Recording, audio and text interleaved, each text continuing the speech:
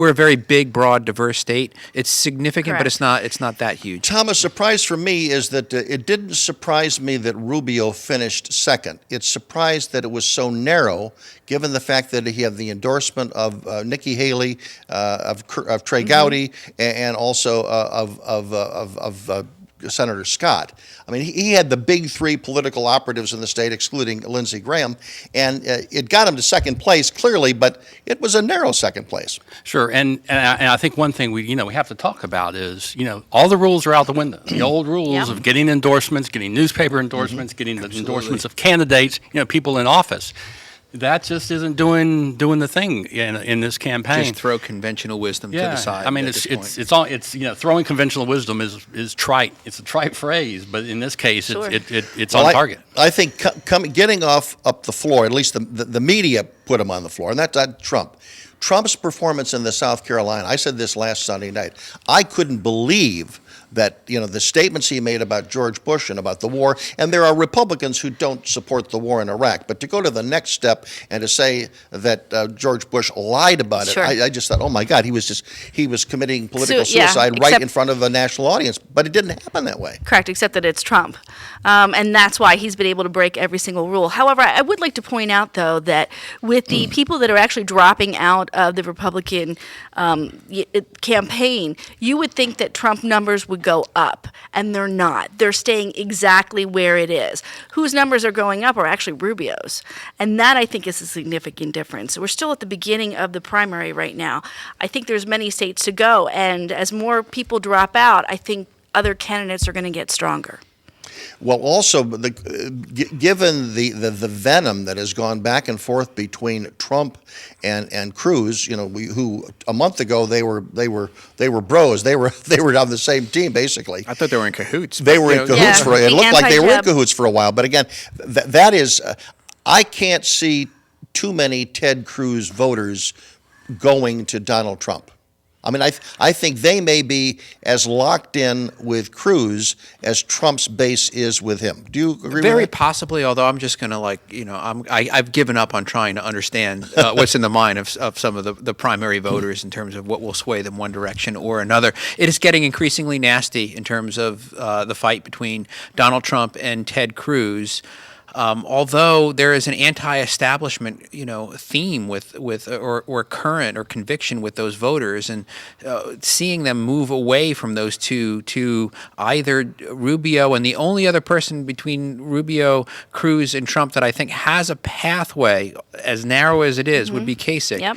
I don't see Cruz supporters going over to Rubio or Kasich. So and I don't see Cruz getting out. But if one of the two did, I don't know where else those voters would go. I think they would show up. They probably would vote for one of Where will the Bush money go? The $150 million that has been spent, mostly in negative ads, a large portion of it on trying to actually kill off Rubio. Where does that money go? Because most of it, I think Rubio. I think it'll splinter though some to Kasich. It won't go to Trump, I can tell you No, I that think much. Kasich and Rubio, and that actually might be ultimately Rubio's demise. Is that if Kasich doesn't get out, and I think Kasich, he does have a pathway ultimately. If He'll be if in at Rubio least till stumbles. Ohio. I want Yeah, to talk about that pathway, and when we come back, we're going to be joined by Robin D. Sabatino. She's a county commissioner. She's from Marco Rubio. She's higher than a kite right now. We'll hear from her when we come back from Bradenton, Florida. I'm Bruce DuMont.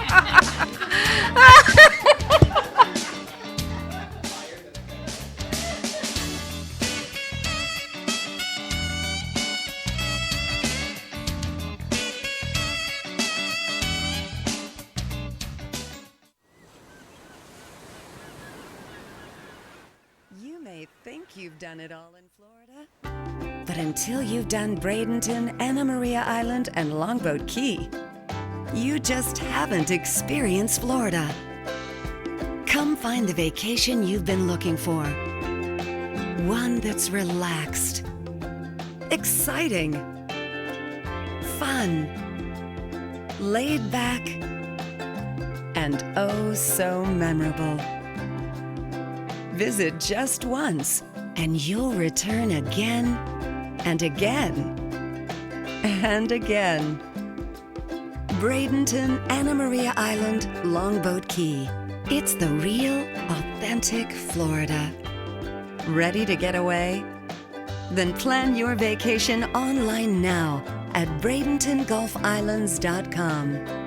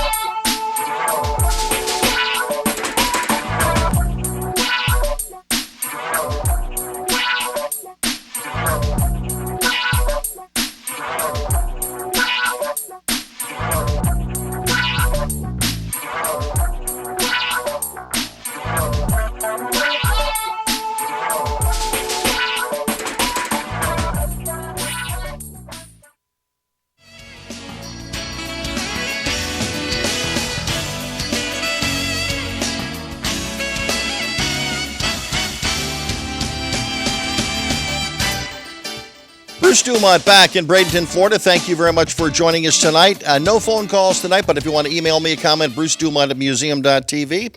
And we are now joined on our panel by Robin D. Sabatino. She is a Manatee County, Florida Commissioner. Nice to have you with us. And when I said you were higher than a kite, I was not talking about your personal thought. I was talking about your political excitement last night. Because we talked last night, and I sort of interrupted the results when I called you, but you were very excited, obviously, with your support of Senator Marco Rubio. Why are you for Marco Rubio?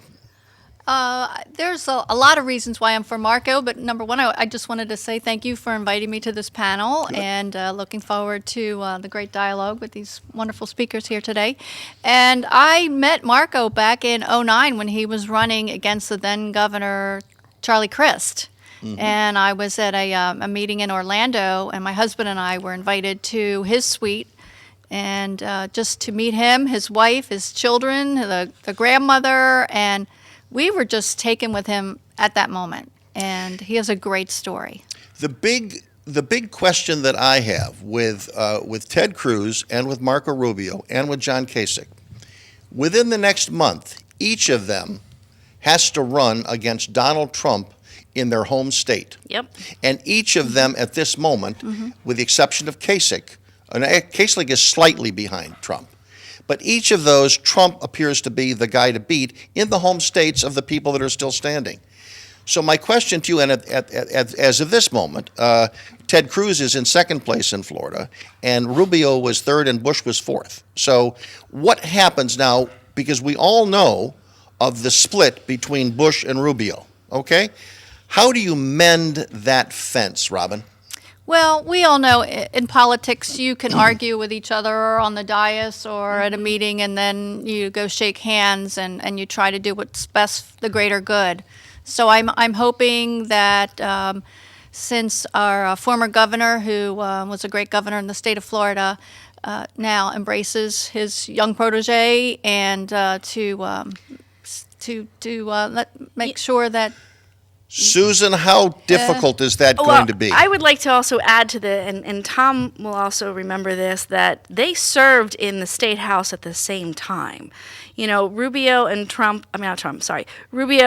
Bush were there, and there's a lot of history, and Rubio has a lot of baggage that has yet to come out. I mean, the Floridians know about it, but I don't know if the rest of the country knows about it.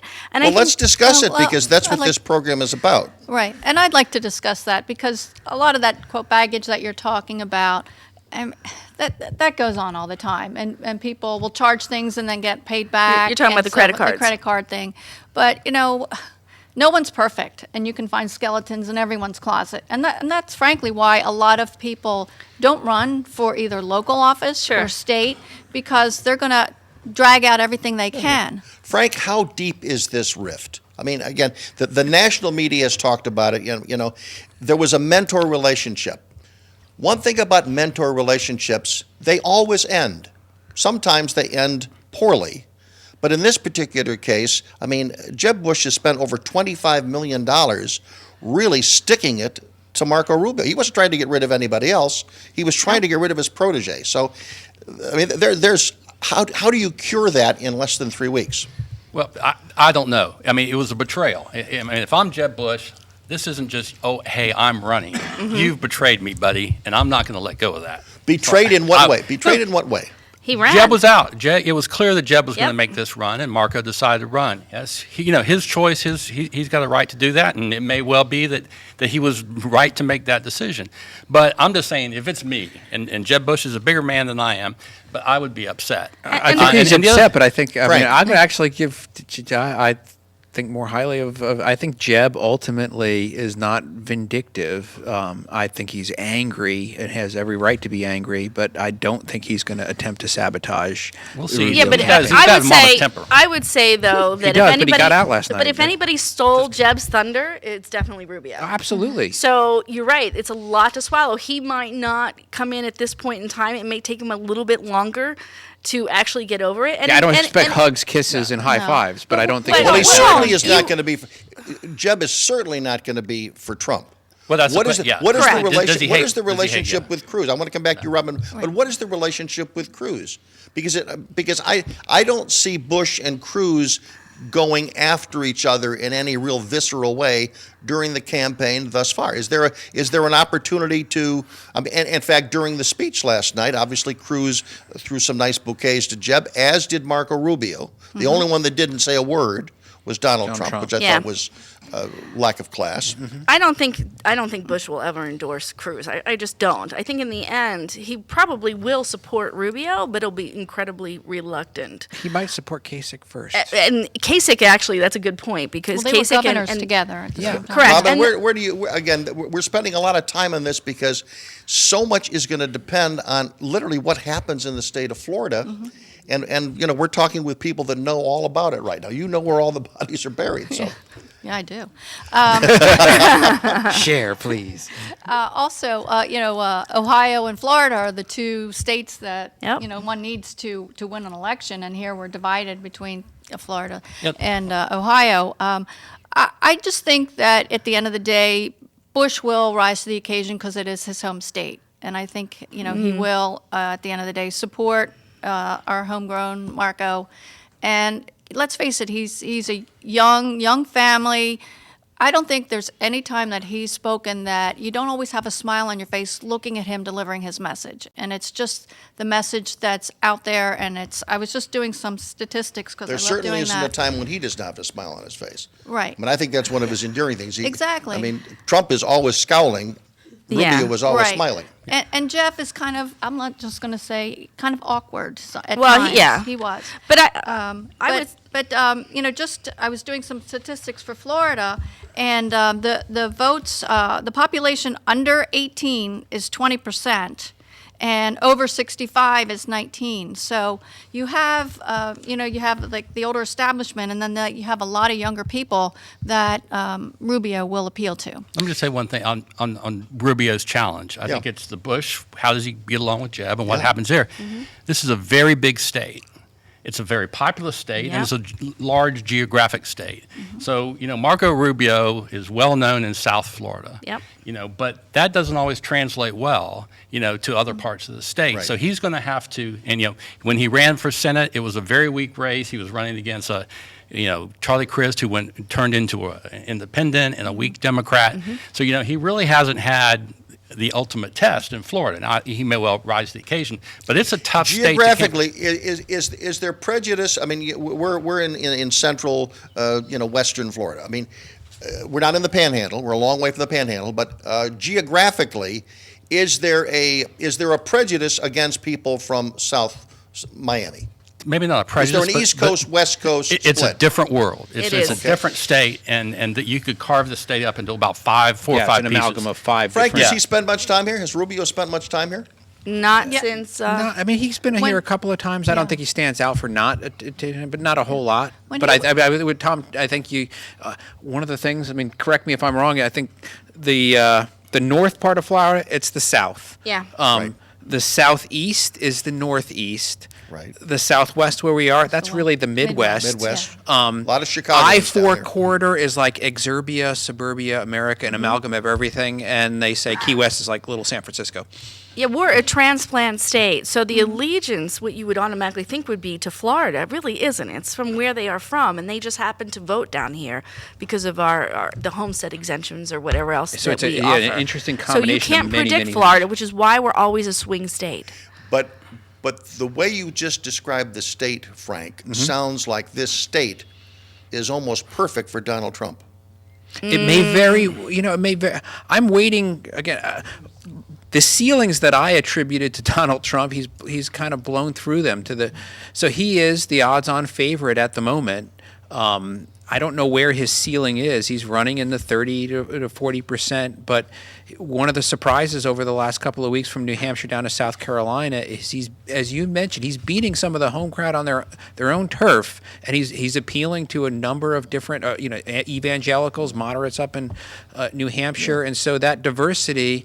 I think there's a better than 50% chance that And by the way, he holds on. We should mention that Joe Gruters, who is the vice chairman of the Florida party, probably the highest official in the state, he is supporting Donald Trump. He is the He state runs the chairman. campaign. Mhm. He's running the campaign. He was supposed to be here tonight, and we got a call late today that he's not going to be here because the campaign hasn't approved it. Now, Robin, you were going to be here anyway, but again, it's kind of surprising that the state chairman of Florida is not here and as you say, he's a very articulate, boisterous guy and would be a real pro-Trump supporter, but he's And not here usually- tonight. Right.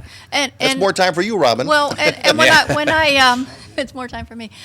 When I heard that he was supporting Trump, personally, I still thought it was a conflict of interest, him representing the entire state in the political party of the Republicans. So, and I spoke with the Manatee County chair, and she also thought that, it was a conflict because the chairs and the party have to stay neutral during a primary. You can't endorse or support one over the other. Personally, you can have your personal favorites, but, the party chair can't endorse and back one candidate versus another.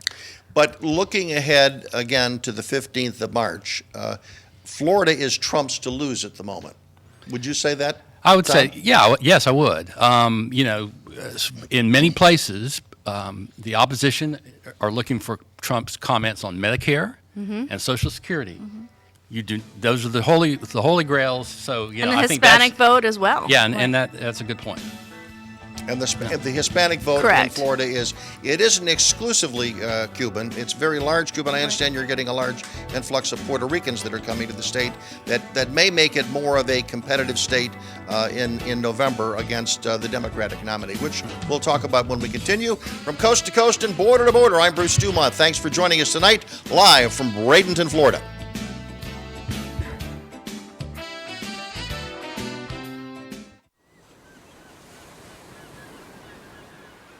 You may think you've done it all in Florida, but until you've done Bradenton, Anna Maria Island, and Longboat Key, you just haven't experienced Florida. Come find the vacation you've been looking for. One that's relaxed, exciting, fun, laid back, and oh so memorable. Visit just once and you'll return again and again and again. Bradenton, Anna Maria Island, Longboat Key. It's the real, authentic Florida. Ready to get away? Then plan your vacation online now at BradentonGulfIslands.com.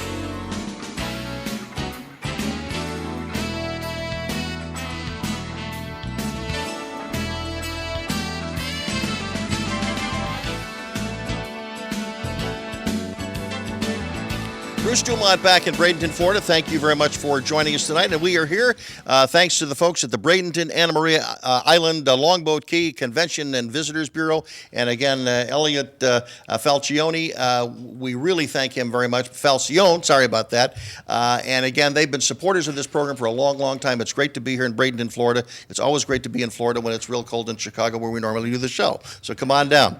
We're talking about, obviously, what happened in South Carolina yesterday and how it affects what happens in Florida on March 15th. But keep in mind, March 15th rather, beware of the Ides of March, because it's Florida, it's Illinois, it's Missouri, it's Ohio, and North Carolina. Big states. So again, we're in Florida. We're talking about the impact of it because obviously Marco Rubio is one of the three that is left standing based on the results last evening out of South Carolina. And the exit polls had some interesting things to say. Trump voters, overwhelmingly, they liked Trump because he tells it like it is. That was his big strength. Cruz voters did very well because they liked his principles strongly. They believed in what he had to say. Rubio voters, 47% of the people that voted for Rubio voted for him because he could win. And I'm wondering, as the campaign moves forward and dealing with the reality of winning, it seems to me that the Trump people can feel good because that guy is saying exactly what I want to say. And the Cruz people can feel really strong, boy, he really believes like I believe. In other words, it may be better and it may be more important to control the party than to win an election. And then you've got Rubio, who is the practical guy, and his people seem to be saying, you know what, I've looked at this group. This is the guy, and he's got some polls on his side to suggest this is the guy that probably do better against Hillary Clinton. Robin? You read my mind exactly, because during the break I had written down all the polls show that Rubio beats Hillary or any other candidate that they would put up against him. So I think that's huge. Kasich also beats Hillary. Okay. I just think in a general election, Kasich can't pull it off. But, exactly what you said, 47% believe that he can win. And so at what point do the other candidates say, well, I'm gonna win the primary and I'm gonna go up against the Democrat, but they really don't have a long shot of winning. So Robin, when you watched, I assume you watched the debate from New Hampshire, when Rubio melted under the attack of Chris Christie. What, as a politician yourself, what was going through your mind when you saw your guy fade? I was like, oh my God, just don't talk.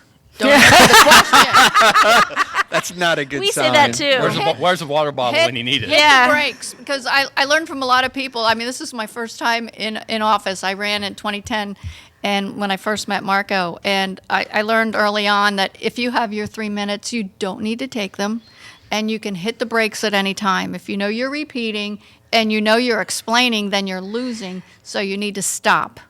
I And- gotta say Go though re- that go ahead, Susan. we've had examples in the past of Rubio cracking under pressure when the pressure is completely on him, and that's would Such as? Tom brought up the water bottle. I mean, something completely Okay. and easily as that then became the national laughingstock for quite some time afterwards. But even in the presidential debates, even in debates that he's done when he's run for other offices, he's still not as efficient with being the main focus. He's good right now because the focus is spread out or it's spread on Donald, so he can stand there and smile a lot and agree with people. But His great challenge is to look presidential. Is he looking presidential, Frank? Most of the time. Is his articulate? He's extremely articulate. He's extremely good looking. Are those things a liability at this point when you're 45 years old, trying to prove that you're the president of the United States? No, with some caveats. One thing that he has to deal with, and it's come up, is that a lot of the allure in terms of his articulate, the appearance of intelligence, and the youth remind people of Obama, which if you're running on the right, the idea that this is sort of some of the liabilities of somebody being young and not experienced and tested, are we going to make the same mistake? So he's got to ward off that. I'm old enough to say that to me, he reminds me of John Kennedy.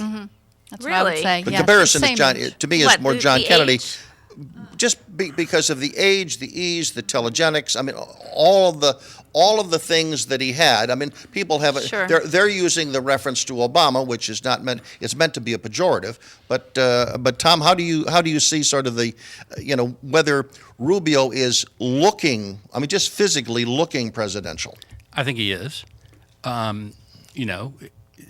We could argue over what that means now.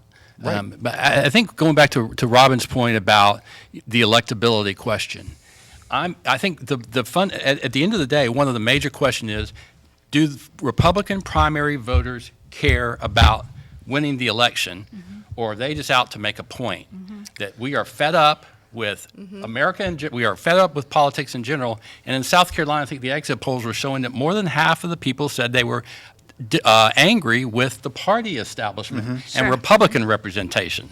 So I think that is going to be a big part of So the you're talking sell. about the Trump movement. Yes. Because here's the comparison I would make. If we're going to look at the Trump movement, I look at the Goldwater movement. The Goldwater movement was about controlling the party. Well, they didn't really care if they won the election. Right. They wanted to control the party. Same thing with McGovern in 72. You could argue that's the same thought that Bernie Sanders has, controlling the party. Maybe, so I'm wondering whether in this fervor, which may not be based on extensive political acumen, and I don't mean to insult the Trump voters because they're out there and they're dedicated, and it's 35-40% of the vote, and you can't turn your back on them.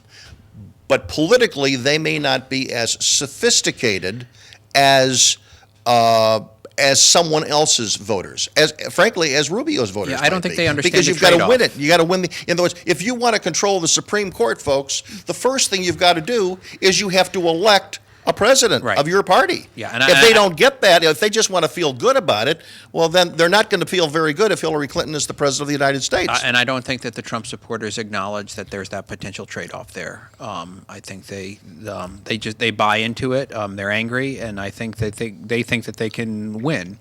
Looking at demographics, it's hard for me as a political scientist to understand how you're going to win the electoral college, the way the electoral college in the United States, with a very growing and important salient Hispanic population, and overall the biggest segment of America, it's women. And so I think come election day in a general election, how you're going to win an electoral college unless you really you own significant margins in terms of the Hispanic voters and women, and the rhetoric that's coming out of the Trump campaign, which is working very well in the primaries, how that can possibly translate into an electoral college win. I don't understand it, but there's a lot that I don't understand that surprises me. Well, that's why, Robin, I want to come back to you. That's why I think we're focusing a lot of time on what Marco Rubio is able to do in this state where we're doing this program from. Because if he's making the case that I am the most electable guy, he must, in my view, he must win the Florida primary. Not finish second. He's got to win it. And at the moment, he's a long way behind.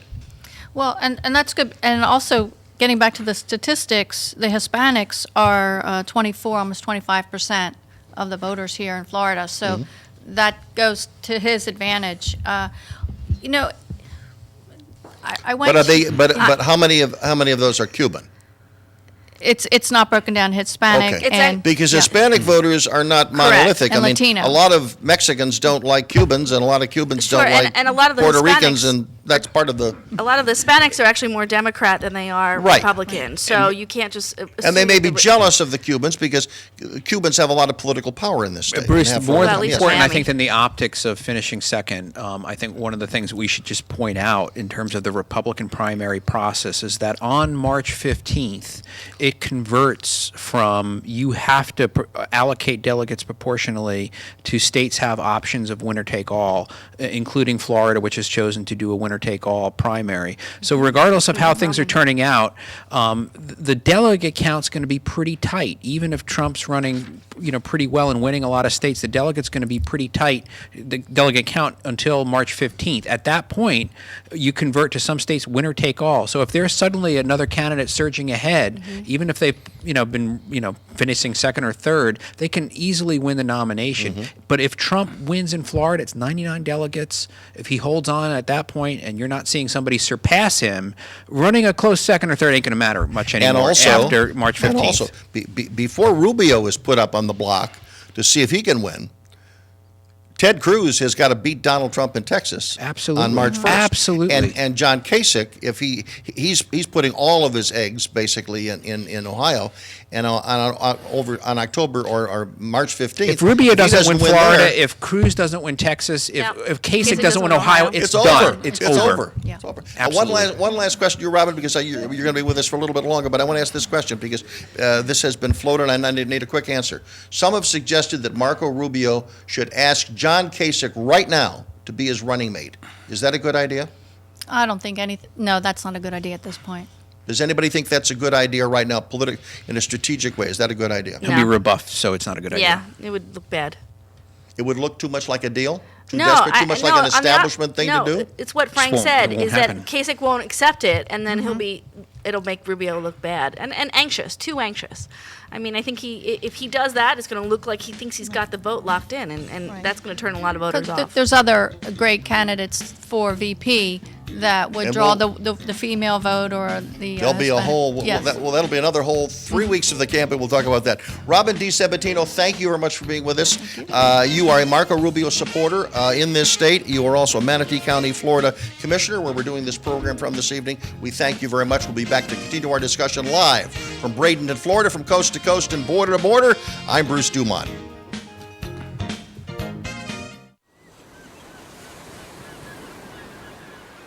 You may think you've done it all in Florida, But until you've done Bradenton, Anna Maria Island, and Longboat Key, you just haven't experienced Florida. Come find the vacation you've been looking for. One that's relaxed, exciting, fun, laid back, and oh so memorable. Visit just once and you'll return again and again and again. Bradenton, Anna Maria Island, Longboat Key. It's the real, authentic Florida. Ready to get away? Then plan your vacation online now at BradentonGulfIslands.com.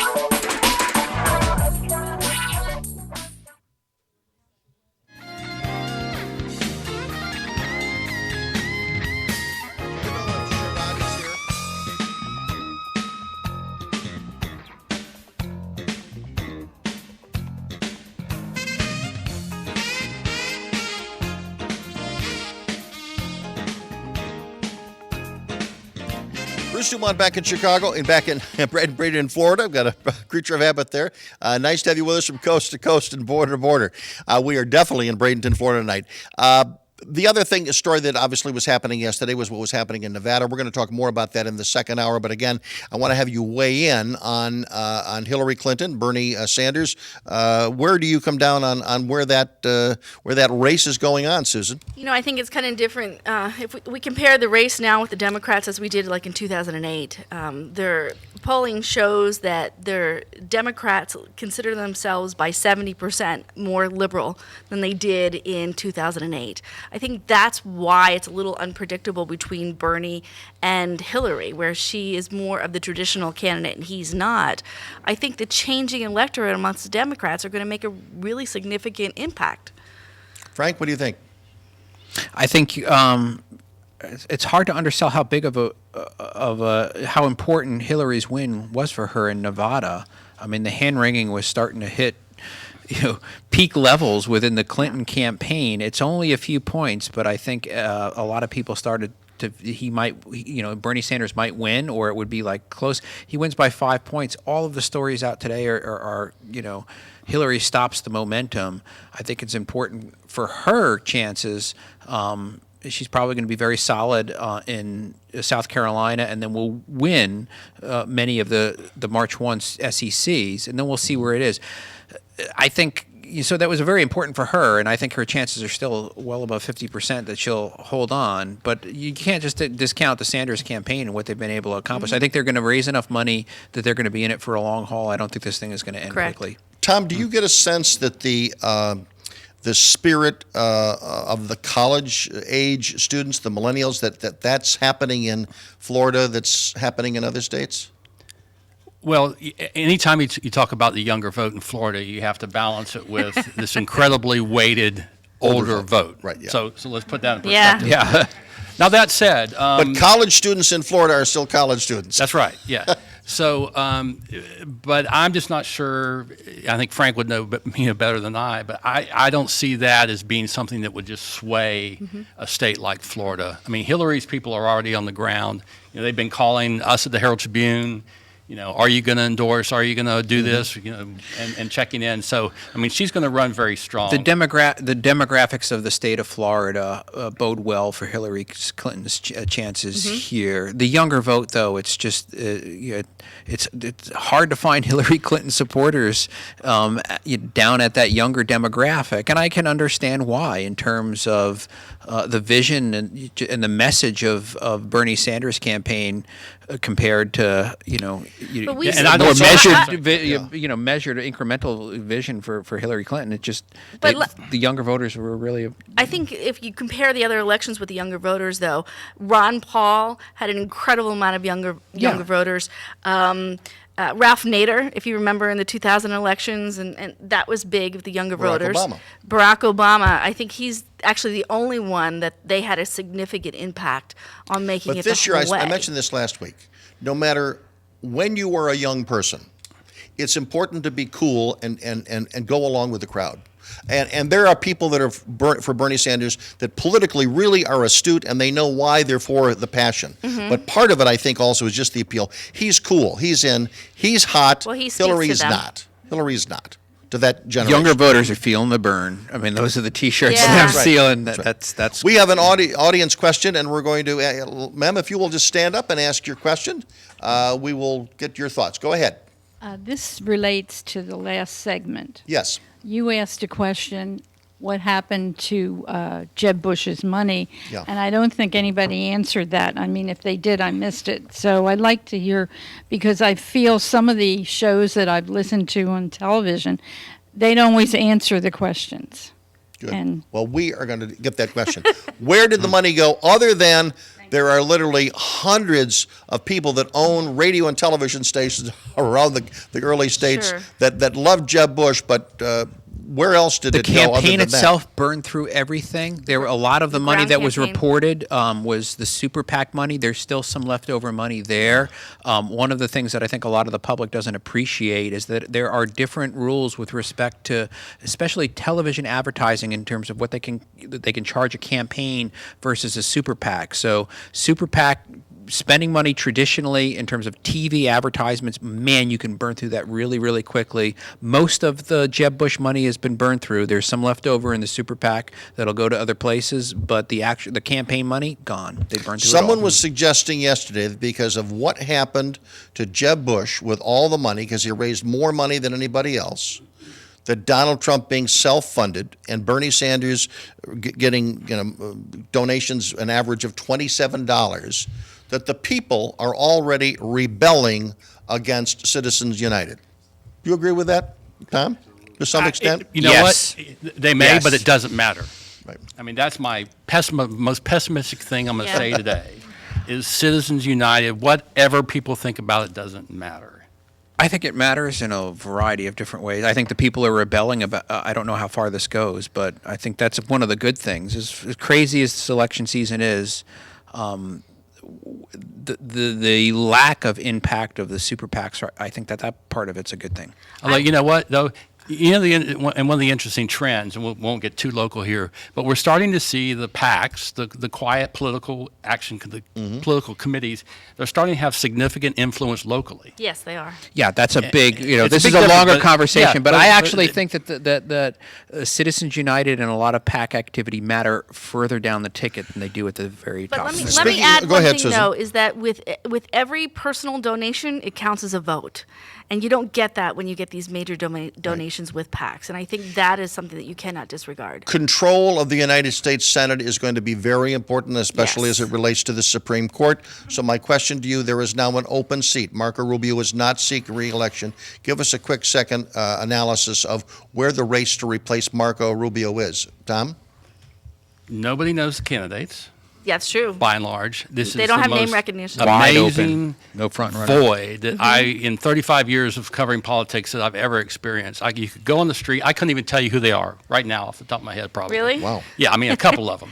And Carlos maybe one to Roof is, come. Yeah. one. But it's amazing. This is an incredibly lightweight field Yeah. in terms of, experience. Now, whether that matters, I don't know. And it costs a lot of money to get well known because this is such a huge state. It does. Yeah, but they're spending the money. Here's the question that I want to come back to at the beginning. If Donald Trump moves forward and is the Republican nominee, and I think we've made the point that if he's going to be stopped, a very important thing is going to have to happen, in Florida. But my question is, can Trump be elected president of the United States? I need a quick answer. Tom? Yes. Yes. No. Susan? Frank? Head says no. Gut worries. Okay. On that note, I want to thank Tom Tryon and Frank Alcock and Susan Nyland for being with us in the first hour of our broadcast. I'm Bruce DuMont. Wherever you're listening from coast to coast and border to border, stay right where you are. Another full hour coming up. When we get into the next hour, we're going to talk a little bit about the Democrats and what transpired in Nevada. We'll also talk a little bit more about the Republican politics and the results from South Carolina. Don't go away. From coast to coast and border to border, you're listening to Beyond the Beltway tonight, live from Bradenton, Florida.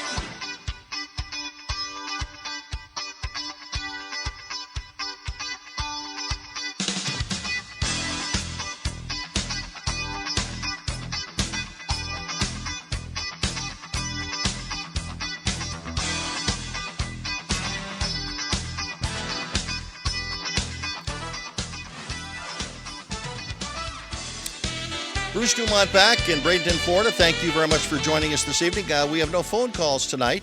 But again, if you want to send me a comment, it's brucedumont@museum.tv. If you want to send me a tweet, it's @Dumo, @DUMO. And, of course, you can join us on the World Wide Web at beyondthebeltway.com. And we welcome 3 new guests in this segment. But first of all, we want to talk about what happened in Nevada last night. I think you all know, but the Nevada caucus was yesterday, and Hillary Clinton ended up with 53% of the caucus voters, 52.7% to be exact. Bernie Sanders, 47.2. There's about a 500, 600 vote difference there, so not a huge difference. But again, it's bragging rights for Hillary Clinton to get back on track and to win something. And we've got a new panel of guests, and we want to get their reaction.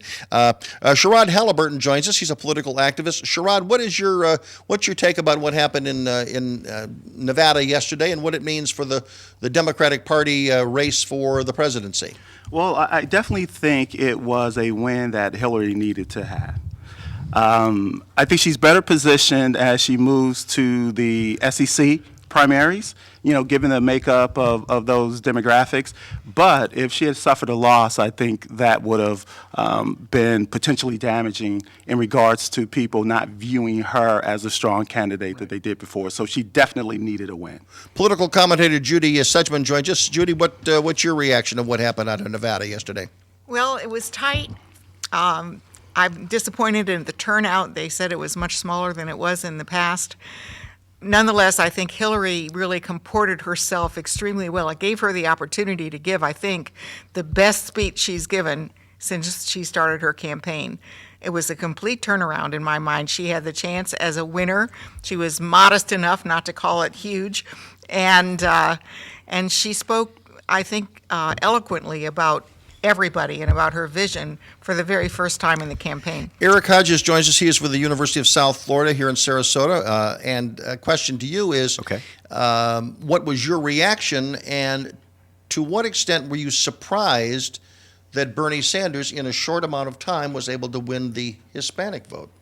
That is really surprising, and I've heard that he won by people rejecting by 8%. He actually had won the Hispanic vote, but I've also heard some people claim that there's no way that Hillary would have won Clark County by that margin if he had actually won by 8% with the Hispanic vote. Mm-hmm. But I do think that that's really important, and oftentimes you hear people trying to sort of, say Hillary really has a stranglehold on the minority vote. But as you were talking about sort of in the first hour, there's a lot of different views and a lot of different opinions within that minority vote. So I think that she won 71% of the African American vote, and that's obviously that is where her focus is as she heads to the SEC primary and to Super Tuesday. Sherrod, you agree with that? Oh, absolutely. It's really interesting because Bernie Sanders' message, if you listen to it, one would think it might resonate with the African American community, some of the things he's speaking to. But there's history with the Clinton family. It's not just Hillary, there's Bill. And so there is a lot of support in the African American community for Hillary, and it really dates back. Younger African Americans are not as tied to the Clintons, so you may see a break with the younger African Americans. Question is, will they come out and vote? Yeah, for the older African Americans, you said that there's a history with the Clintons. Yes. The history goes back to basically 2008, when Hillary and Barack Obama were locked in a battle. And when the campaign specifically went to South Carolina, there were charges of racism that were being thrown at Bill Clinton, that he was playing the race card there by talking about Jesse Jackson. So there's sort of if you look at the short-term history in South Carolina with the Clintons, it isn't all good. I would say short term, absolutely, but I do think that there's still that strong relationship. Hillary was running against Barack Obama, the first African American president, so that was kind of a tense situation. But I do think moving beyond that and looking at Hillary and looking at the other candidate, I think that Hillary's going to be able to maintain a strong component of black votes.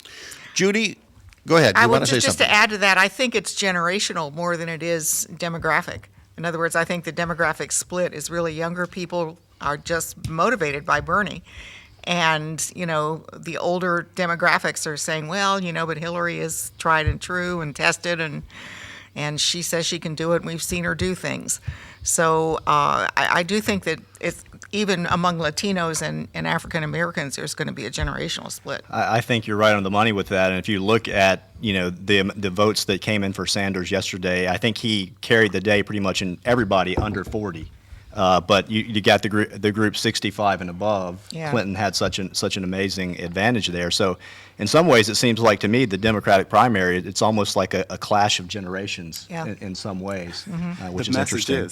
The message Is very th- much is is. that, right. I mean, really, since we're talking about the Democrats now, is this really a ticking time bomb for the Democratic Party? That they may have a front runner who is maybe a clear front runner, but the enthusiasm level is way down. And if she is engaged in a general election against a Donald Trump, who apparently is he's like a prairie fire at the moment. But again, we haven't seen him in a one-on-one. But the energy level just between those two candidates is sort of night and day, isn't it, Eric? No, I think it is, but I think in a way, too, that Hillary could be seen, Secretary Clinton could be seen to have extreme poise as well. I don't think it's low energy in the same way that you would say that maybe Jeb Bush, as he was accused by Trump, had low energy. Yeah, I think it's a type of sort of quiet confidence that she has. And it's interesting that she and Donald are the same age. Yeah. So, that's if people forget that he's as old as he is. It never comes up. And these people, they always look good. I mean, I'm about that same. I'm a little bit older, but I'm figuring how do they keep that? Especially Bernie Sanders is like. Although Donald Trump said the other night in an interview that he only needs 3 or 4 hours of sleep, and that's pretty much the way he's been all of his life. Kind of an interesting thing. By the way, this is an observation that I wanted to make is that, I don't think anyone can really say that in this campaign, they don't know where candidates stand. There have been so many debates, so many forums, people that still say that, really, I don't know where they've been. They're not listening. They're flipping the channels too much during the debates and forums. But CNN did something earlier this week. They did back-to-back town halls with the Republican candidates. They also had done one with Bernie Sanders and Hillary Clinton. And I think as both political parties look to the next campaign cycle, I think they should front load all of the national appearances in the town halls first. Let the candidates explain who they are. Let's find the soft side to them. Let's find the fun side. What do they do? Let's understand them as human beings. Let's find out where they have an opportunity to really lay out their plans for the country. And then go to the debates where they knock the hell out of each other. Because right now it's backward. I mean, the first time that a lot of people see these candidates, they've got 15 seconds to explain a very complex issue, and then they're doing battle with someone that wants the same job. So my advice to the media is next time, do all the town forums first, the town hall meetings first. And again, I thought that CNN and Anderson Cooper did a great job in at least introducing the Republicans this past week. I'm Bruce DuMont, back shortly from Bradenton, Florida tonight.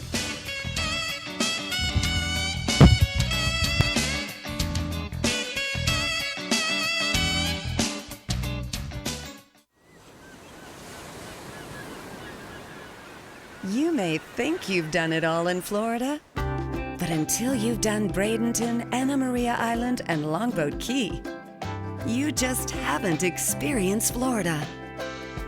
Come find the vacation you've been looking for.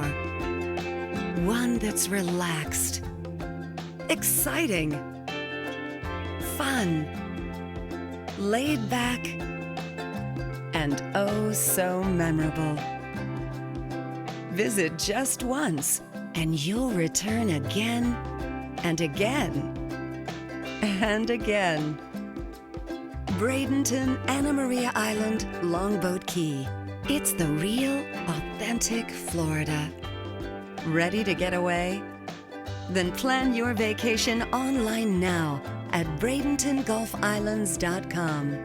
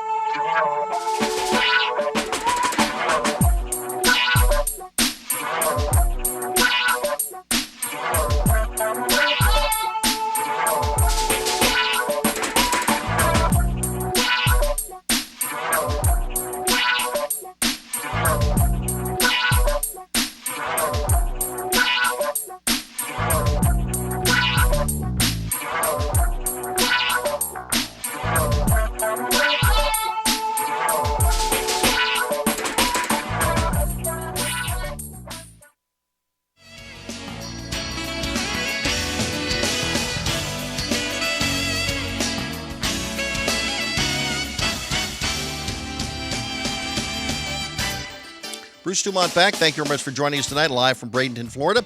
And I want to talk a little bit about, as we look towards the general election. Judy, I want to start with you. What's the key? I mean, Florida is always a swing state. Yeah. First of all, do you agree that given the influx of a lot of Puerto Ricans from Puerto Rico to Florida, is this going to be less of a swing state? Is this going to, within the next couple of presidential cycles, be more of a reliable Democratic state in your view? You know, that's a really tough call because, first of all, I don't think that, I think it's not clear that any Latin American demographic votes as a block. I mean, there's so many different opinions and so many different people. And I also think that in Florida, because the state is so different, I mean, the Panhandle and Miami are like, you might as well be talking about the East of, you know, the Middle East and Russia and far west. You know, it's crazy. So it really to some extent depends where they are when they come here and how they're influenced by local politics. So I do think that Florida's position as a swing state is also very much influenced by influx of retirees, and you have these sort of waves coming from different parts of the country. Mm-hmm. I think it also depends too on the direction that the Republican Party goes. Absolutely. You know, if the Republican Party does nominate Marco Rubio, then yeah, I mean, it may actually go the other direction. But you know, if Trump ends up winning the nomination, then yeah, what Bruce's comment. I don't see Marco Rubio as having a really strong hold on the Latino vote, though, because he is basically, he wants to put an end to the DREAM Act. He, you know, just cut it off on day one. He said he's anti-immigration. He's wants to, you know, build a wall just like Donald Trump. He's been pulled so far to the right of where he used to be that I'm not positive that his name alone is going to carry him with that demographic. And it would be interesting to see if he does get the nomination, if he goes back to the center, you know, versus to the far right where he's been forced in the primary. So, well, I think it's also, I think, as I said in the first hour of the broadcast, is that, you know, it's faulty analysis to think that, you know, the Hispanic vote is monolithic, because there is a lot of cultural differences. Oh, absolutely. I mean, frankly, you know, a lot of Puerto Ricans don't like the Cubans, and the Cubans don't like the Puerto Ricans, and you know, a lot of people don't like the Mexicans. Then you got the Colombians. I mean, it's not an easy fix just because your name ends. I think, as a political commodity, I don't think it's Rubio's Cuban American and you know, lineage or heritage that makes him powerful. I think it's his age. I think it's his demographic. I think it's his ability to be articulate. And a concern that I would have is that I don't see him having, I mean, clearly the guy with the biggest blue-collar appeal is Trump. Right. I think Kasich, coming from Ohio, he won by 30 points. He has blue-collar appeal. I think Cruz has blue-collar appeal. Culturally speaking, I don't think Marco Rubio has blue-collar appeal. I think he has suburban soccer mom appeal. Yeah. Which also is a way, if you're going to win a Republican primary election, you got to do well with the soccer moms. So I see him doing better with them than necessarily with. He doesn't seem to be a guy that you're going to go out and have a beer with. But you know, the debate in which he was attacked and he came off as very scripted, I think raised questions. Yep. And I don't know that those questions have gone away. I mean, you saw this young man, he was very impressive, has a wonderful life story, it's the American dream, and you can get caught up in that. But when it appeared as if it was just a script. I have to say, watching it, it was difficult to watch. Oh. I think that now there's questions about, is he indeed ready for this big jump? And I don't know that that question has gone away. I think that's going to be a big challenge for him in moving forward. Yeah. How does he get ready? Because the logical place where he might be able to get ready is, as everyone does, go back to the last Republican president or go back to the last Democratic president. He's got to go back to George W. Bush's sort of foreign policy team, which, again, you don't know whether they're going to be willing to step up and help Marco Rubio. Yeah. Right. I mean, and so your question is, how does he actually get over sort of How does he answer the question? I mean, he's always, at least for this cycle, he's going to look like the youngest guy. I mean, you know, Marco Rubio and Ted Cruz are the same age. Sure. Sure. Cruz comes across like he's 10 years older. Yes. Well, but I mean, I guess one answer to that would be the fact that the Republican establishment largely seems to be coalescing behind Rubio, and I'm sure that he would have a lot of support among the more senior senators and the more experienced Washington players who could, you know, hopefully come in and help him fill some of those gaps. The question that I have, though, about Rubio is he's well prepared, but I don't know that he can think on his feet. And I don't know if he has the command of information or whether he's just memorized an awful lot of talking points. It's just not clear yet. And it's going to be very interesting. I'd love to see him debate Hillary. Right. No, I think you're Trump. well. You know, I think that's what some of the Democrats are saying is the person that they fear the most is Rubio, and I think the reason they fear him is the generational gap. Yes. I mean, the huge generational gap of an older woman and a younger, you know, articulate. He's an affable man. guy too. You Yeah, know, I mean, Always that's with one a of- smile. I mean, he always ends he ends it with that big grin of his, and it's engaging. Whereas, you know, Trump he's a scowl at the top and a scowl at the bottom, but you know, he's leading the pack at the moment, Sherrod. But it's really interesting. You know, the Democrats are saying, hey, bring on Trump. I think they are not counting the fact that there are Democrats that are attracted to Trump. So A lot of them. It's not just Trump maxes out at 35-40% on the Republican side. I know a lot of Democrats who find appeal in Trump's message. I think that message of winning for some people, as simplistic as it is, I mean, I'm waiting for a real message. But I think that message of winning is appealing to people who feel like they are not winning in their own life. Let me ask the question that I asked the last panel. Give me a quick yes or no. Can Donald Trump be elected president of the United States, Sherrod? I think it could. I think Judy. he could. Eric? I don't know. No, you got to. You can get away with that in the classroom. Right now, you got to say, what does your gut tell you? My gut tells me no. No, okay. Yeah. If you can insult, And by the way, in the last hour, we had basically the same You have to split. remember. I can defend my answer too. Yeah. Okay. Yeah. Right. if you Okay. can Because it seems almost like every demographic and grow, anything is possible. But you that's also simply have what to he's remember done. all those years that he actually was more of a Democrat than a Republican. And I think there were a lot of Democrats that are sitting around saying, you know, he's not really a Republican. Seriously. Well, again, when lot more than people he realize. comes out, when he comes out and says whether he really was against the Iraq War, he certainly has said it in this campaign. But when he came out and attacked George Bush and the weapons of mass destruction, and then he lied, I mean, that's a Democratic talking point. It And absolutely some of the is. things that he's saying recently, even about Obamacare. I mean, he's picking up other things, and his Planned points today, Parenthood. he's not letting Planned Parenthood. I mean, when he said that a week ago Saturday, I almost fell off my chair. I said, I can't believe. I mean, I think he's right. Planned Parenthood does do some good things. But you're not supposed to say that if you're a Republican. I mean, If you're a he's saying conservative. he's saying all kinds of things that he shouldn't be saying. And he may have been lulled into a false sense of security because I believe that the people who are supporting Trump now have already made up their minds, Absolutely. regardless of what he says. But I do think that there's a ceiling there. So, you know, him making comments about George W. Bush and not protecting us during 9/11 and his comments about the Pope, I don't think his numbers have necessarily risen since then, but they haven't fallen either because those people have already made up their minds that that's the direction they want to go. And I think that may be a ceiling for him as well in the general election. Trot, I want to go back to what you said, though.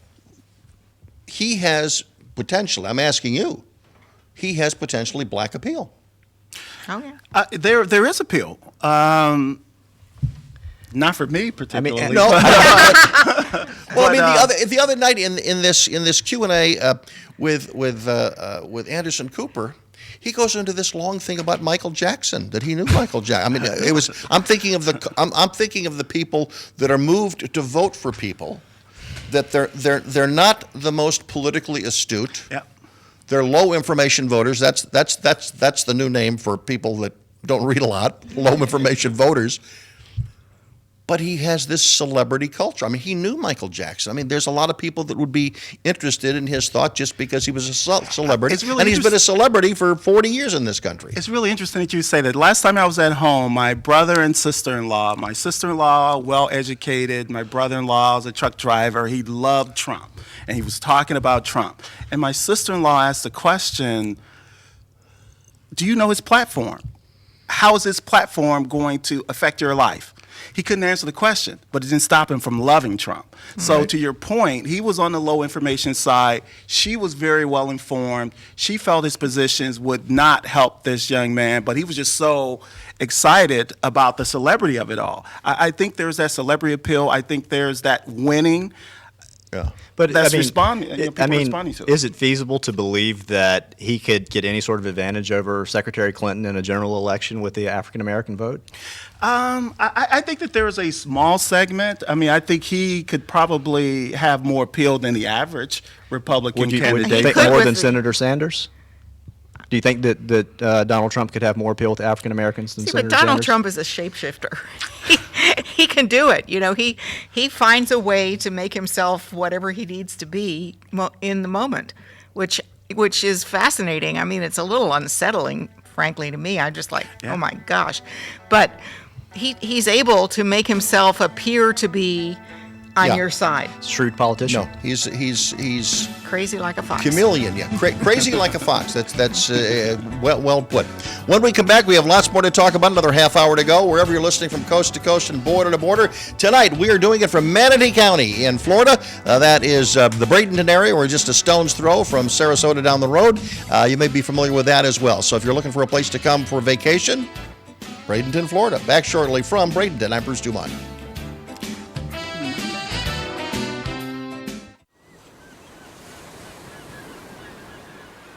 You may think you've done it all in Florida, but until you've done Bradenton, Anna Maria Island, and Longboat Key, you just haven't experienced Florida.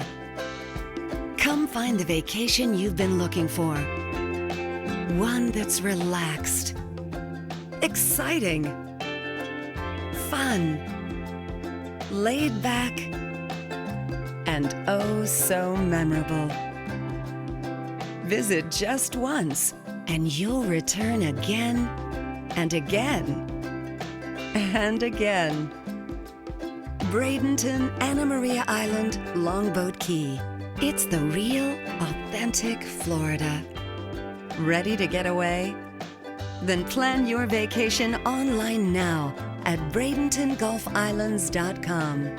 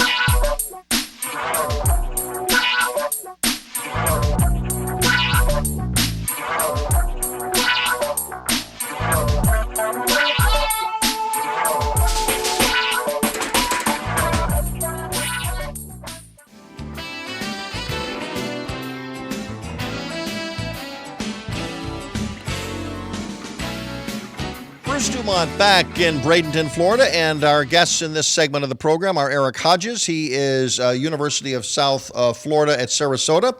Judy Hedgeman joins us. She is a political commentator, and Sherrod Halliburton. He is a political activist, and they are with us. And I want to get your reaction to what happened in South Carolina yesterday. And we've spoken earlier in the broadcast about whether or not Jeb Bush and Marco Rubio can kiss and make up and come back together in less than 3 weeks and present some believable endorsement or encouragement to help Marco Rubio in the March 15th primary. Is that a doable thing in your view, Eric? I think it is. I thought Governor Bush showed a lot of grace in his speech last night to suspend his campaign, and I think that he demonstrated that he was willing to put the party above himself. And I think if he genuinely believes that Rubio is the best chance that the Republican Party has, especially, in keeping with his conservative values, then I think he would support Rubio. But he has spent over $25 million ripping Marco Rubio apart, saying that he's not ready to be president of the United States. And some would argue that if he was really wanted to do something good for the party, he probably should have kept that $25 million and not ripped up someone from his own state. I think that's politics. I mean, I really do. Yeah. Judy, is it just politics, or there's a personal thing here? Yeah. It's more than just politics with those two, isn't it? I think it's become more than just politics because of the mentor-mentee relationship and the fact that Jeb really thought he should wait his turn.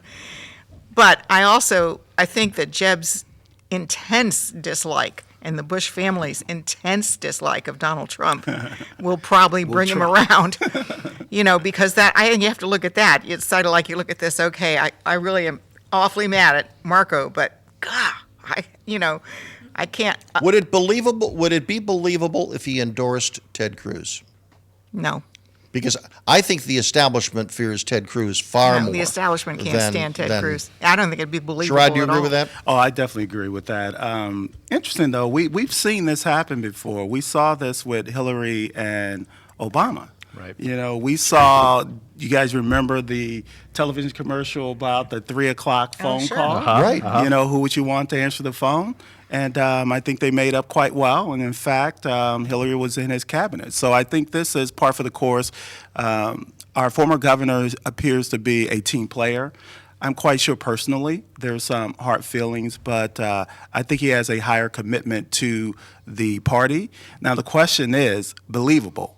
I think very clearly they're going to come together and kiss and make up. Question is it going to be believable? And well, the other reality is, again, low. right now, is that Bush was running fourth in Florida in the 5%. primaries. Yeah. And Rubio So what was running difference does it third, make? and Cruz was running second, and Trump had a double-digit lead. So is it really going to make any difference what Bush and Rubio do? Because, as I said in the first segment, Rubio's got to win Florida, I think, just like Ted Cruz has got to win Texas, and John Kasek's got to win Ohio. Yeah, it's going to play. How do you say you're electable? It's going to play into Rubio's narrative, though, because Rubio is saying, I'm the person that can unite the Republican Party. The establishment. So if he can't unite the Republican Party in Florida, he's really up against it. Well, I think a lot of that's going to play out in the SEC primaries as well on Super Tuesday. I think if he demonstrates that he can actually win some of those states and make a very strong showing, then I think he stands a really good chance in Florida. But if he runs third, what if he runs third in Florida? He could run third in Florida. That's going to be a problem. He's done. Because it's over. the Republican Party has to win Florida. Yeah. I think, So honestly, that's gonna be a problem. even at this point, I think that Rubio's really his only chance of getting the nomination at this point would be a brokered convention. I don't think that he is going to get the majority of the votes where things currently stand. So In the last segment, I floated the idea, which has been floated before. I floated it a couple of weeks ago, and that is that Rubio should reach out to Kasich and offer, back channel, offer him the vice presidency, because when I saw in that very first debate, when I saw the split screen of Kasich and Rubio together, I said, you know what, that, in my view, is a winning ticket. That's certainly a very strong ticket. Judy, you agree with that? If not winning, is that the strongest Republican ticket? Is that the ticket that you would be most fearful of? No, I think it would be a strong ticket, but it's sort of like Obama, Biden. You want your older, wiser, more experienced person who's been a governor, and in Biden's case, it's somebody who's been everywhere. But I honestly, I don't think it's going to happen, because I think that the fear is that Kasich is right in that category of people nobody wants to elect anymore because they represent the establishment. Rubio is trying to have it both ways.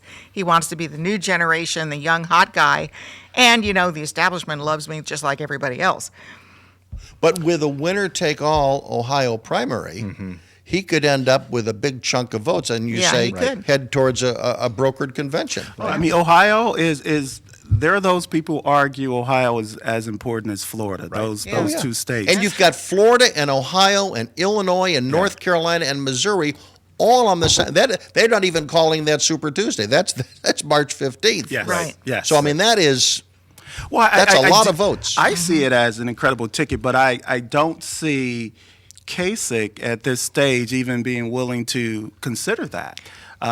For him to consider that at this point is suggesting that he can't go any further. he still has a path. And I think he's hoping he still has a pass. I mean, he's the only moderate.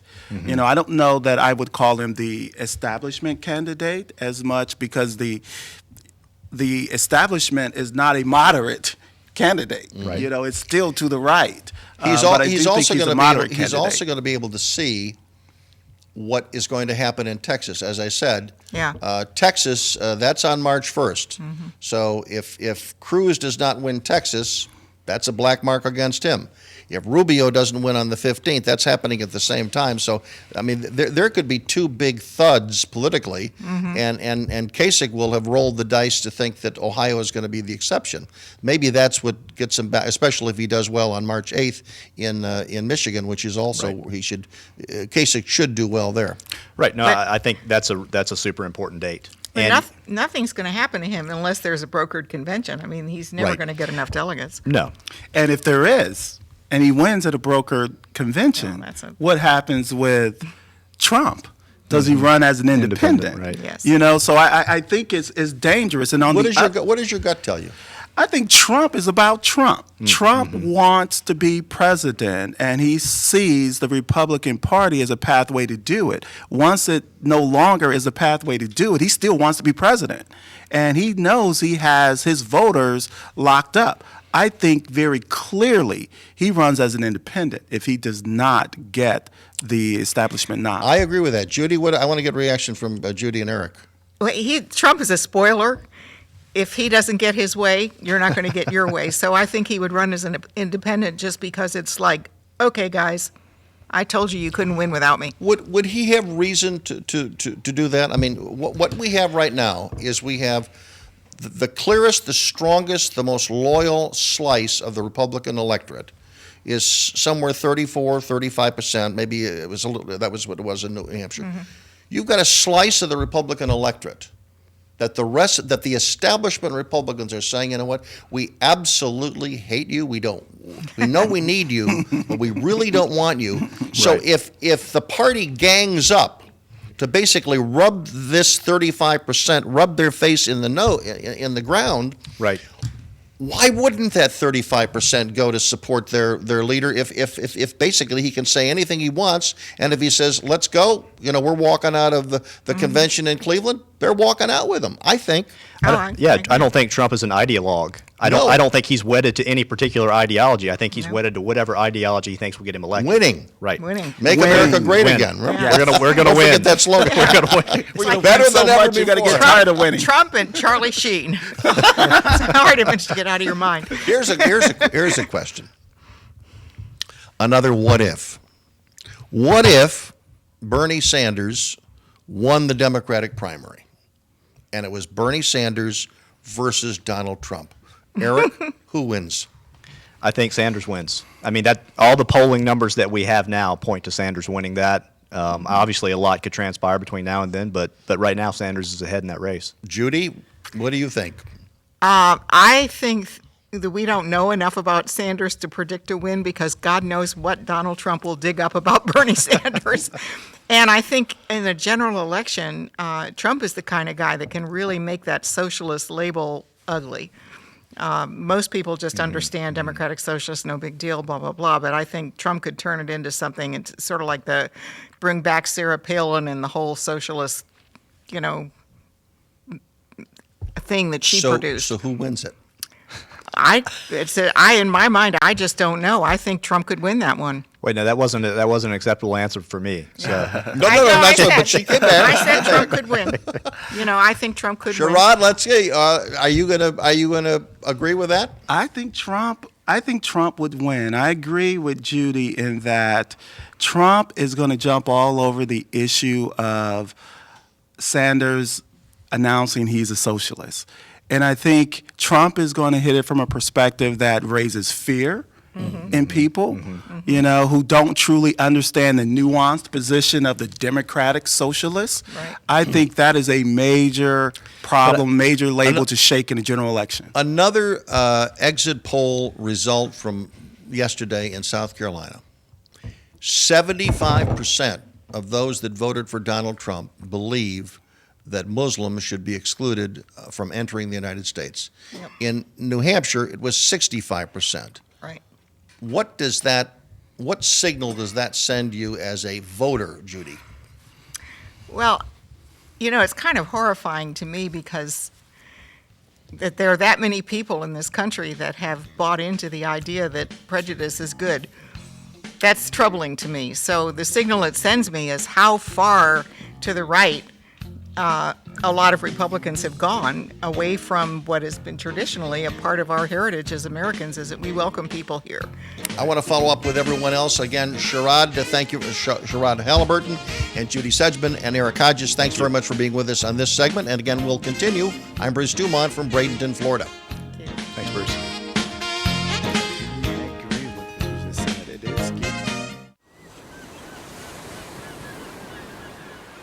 You may think you've done it all in Florida, but until you've done Bradenton, Anna Maria Island, and Longboat Key, you just haven't experienced Florida.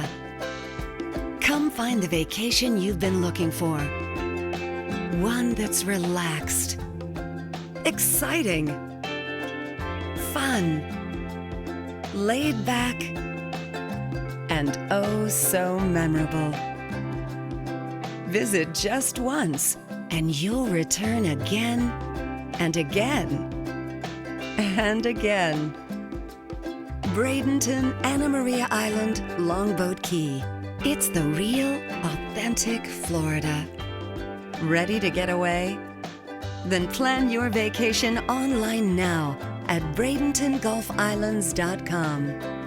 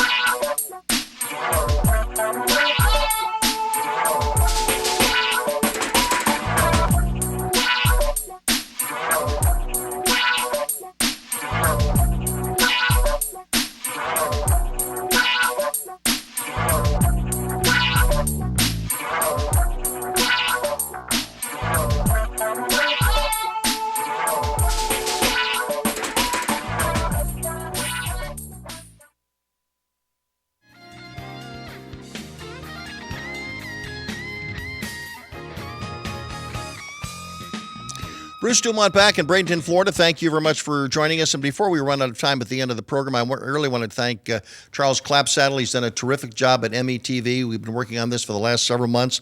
And again, Elliot Falchion from the Bradenton Area Convention Bureau. And again, they've been very supportive in bringing the show down here. And again, it's great, and it's nice to be on the road. And we picked this date to do the program from Florida about 7 or 8 months ago. Yeah. And we didn't know that Florida, because of the results of what happened in South Carolina last night, was going to be as big and pivotal moment with Jeb Bush dropping out and Marco Rubio doing well, ending up in second place. So again, we looked into the crystal ball and we lucked out. We were in Florida at the right time. And again, thanks to the vision of Elliot and also getting Charles Clapsaddle in the swing of things. He's done a terrific job, so we thank them all.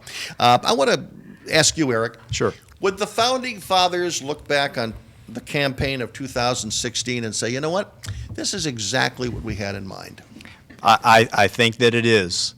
And I'll tell you why. Because the Founding Fathers didn't necessarily have a lot of faith in the people as far as selecting a candidate, right? And that's why we have all these Byzantine procedures like the Electoral College to make sure that the best candidate is going to be chosen, perhaps even irregardless of the popular vote. So the famous saying, if men were angels, no government would be necessary. I think it's playing out very clearly in this. Judy, what do you think the Founding Fathers would think of this campaign? Well, as a person who loves history and reads a lot of history, they had some pretty ugly elections themselves. Sure. And you go back in some of the early election days, it was almost as ugly and vicious and personal as it is now. So I think the Founding Fathers would probably say, yeah, that's probably how it is.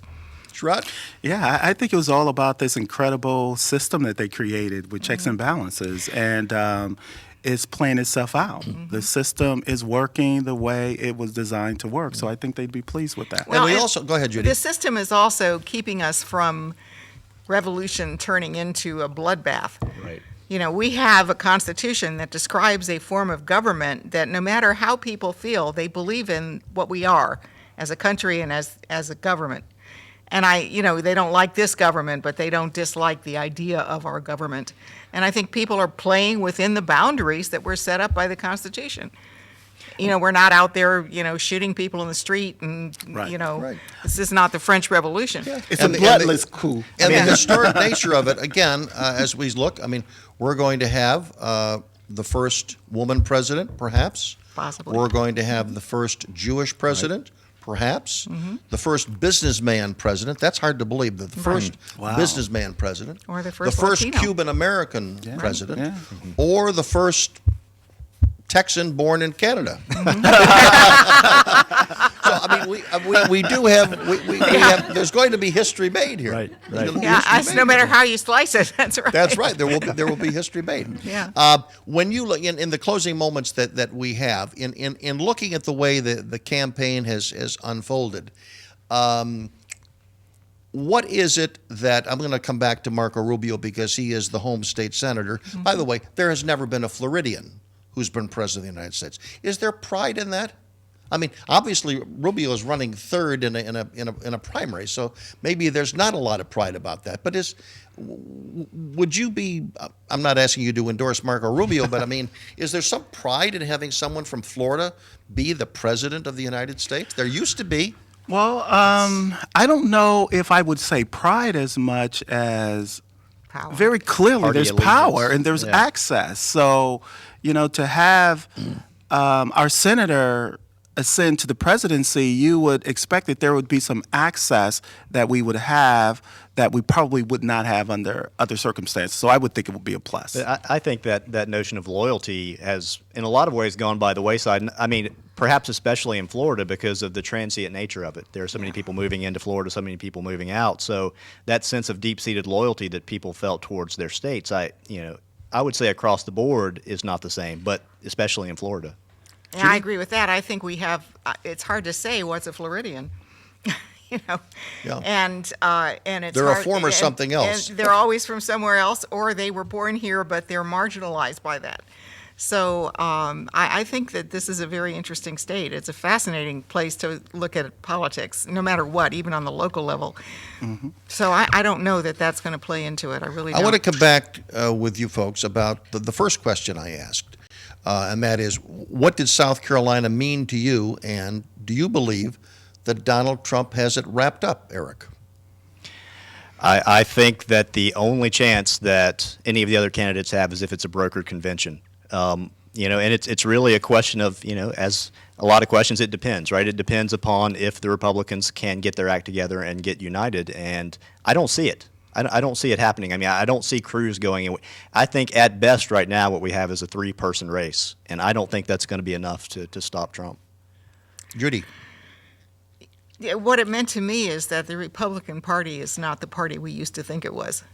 And I guess maybe Mitt Romney was probably the last presidential candidate that looked like what everybody in the country understood a Republican looks like, talks Is like, that and acts good? like.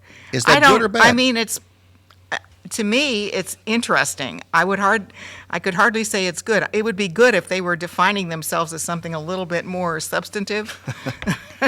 I think it's fine for parties to shift and change, but right now it's like they're turning into this party of hate and fear. But then also, Rubio last night in his victory speech called himself a child of Reagan. His saying he was right. I mean, The children of Reagan. I think he was trying to Tim tie himself to the Reagan legacy. Sherrod, what are your thoughts on this?